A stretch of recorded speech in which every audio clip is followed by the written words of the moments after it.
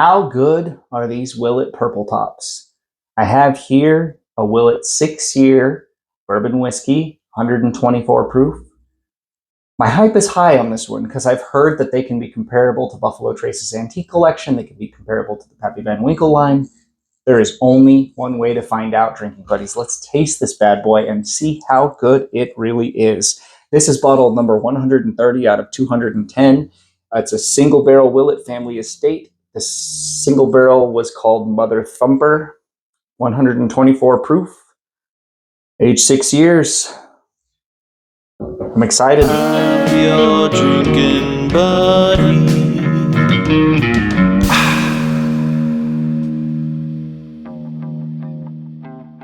Ooh, really rich, nice nose. Rich, like brown sugar, molasses. Oh, it's like a candy bar on the nose. Well, if the nose is any indication, this is going to be really solid. This smells amazing. None of the, I kind of like the funky, musty smells you get off of some of the older stuff, but there's none of that.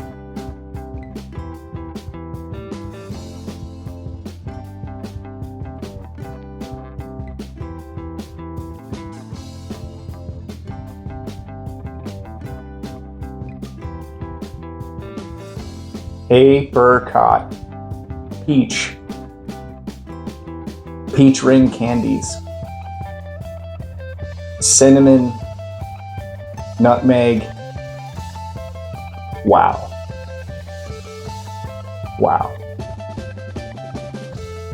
That is ridiculously good. Let's see, you know what, I'm actually curious. Earlier I was doing a video where I highlighted this for the bottle haul, and in that video I was tasting the Old Rip 10. Where did I put my Old Rip 10? I was tasting the Old Rip 10 next to this bottle of Prudent Pappy that I made, and I wanted to know which was better, and so I have a little bit of Old Rip 10 here. Let's find out how the two compare, because obviously this is a unicorn impossible to find bottle. This is a unicorn very difficult, hard to find bottle. So there's a slight edge to the Willet Purple Tops because not as many people know about it.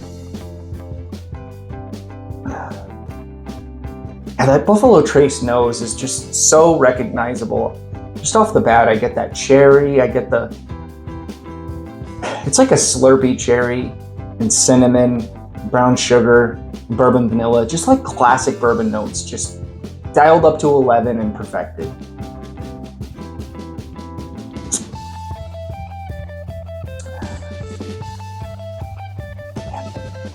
That's hard to beat. It's really hard to beat.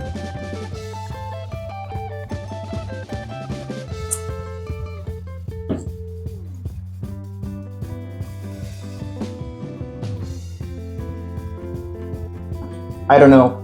I really do think it might depend upon what mood I'm in, which one of these I might like more. Right now, I feel like I'm in the mood for a little bit more heat. Maybe it's the weather, maybe it's something like that. So I'm really enjoying the extra proof that I'm getting off of this guy, as well as just a finish that I'm talking and the finish is still going. I'm loving that. I'm just sitting here enjoying the finish on this. I kind of wish I would have poured it blind because I think I might have chosen the Willet, but I do, like, it's hard to pour Van Winkle. I can't really, okay. Let me back up here a second. It's difficult for me to blind a bottle that I've drank this much of. I'm gonna know it's there. Like, if I've drank this much of something, even if it's been a year, which it's been, I don't know, 8 months or so. If I've drank this much of a bottle, I'm probably gonna know it. So I'm gonna have those biases anyway. Those biases are gonna exist for me. So smashing them and maybe, not letting the shiny new toy effect also give me a bias. I think I do prefer the Willet. I really do. I love the cherry flavors, but the peach flavors that this thing is bringing, peach and apricot, and there's a great rye spice note that's like subtle, but it's there. I hate to recommend something that's already kind of hard to find, but it's easier to find than a lot of unicorns out there. So I'm gonna recommend that you pay the extra money that it would cost for a purple top. Why do I say extra money? Well, because a 6-year Buffalo Trace at barrel proof is gonna be something like Stag Junior. So realistically, I should be comparing these two bottles because this is at least 6 years old, probably older than that, and barrel proof. And this one's about 128 proof. This is 124 proof, 6 years old. Meanwhile, the Van Winkle's 10, a lot of the older stuff. But this is a $50 bottle. This is like a $150 bottle. So you're gonna have to accept the fact that when you're buying something from this manufacturer that does everything smaller batch, more unique, making sure that everything we're putting in the bottle is fantastic. Buffalo Trace does that too, but they're doing it at a much bigger level. And there's so much demand for Buffalo Trace, if they put Stag on the shelf, it's sold instantly. It's sold before it hits the shelf.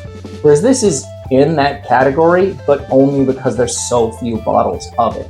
If you hunt for this, I think you can find it maybe easier than this, definitely easier than the Rip 10. So, drinking buddies, if you're looking for a solid pour, you're tired of the fact that you can't find Buffalo Trace anywhere, maybe try to hunt this Willet. Might be just as hard, I gotta be honest, but I'm probably rambling at this point. But I think that's just because I'm having such great bourbons tonight. Thanks for watching. We'll see you on the next one.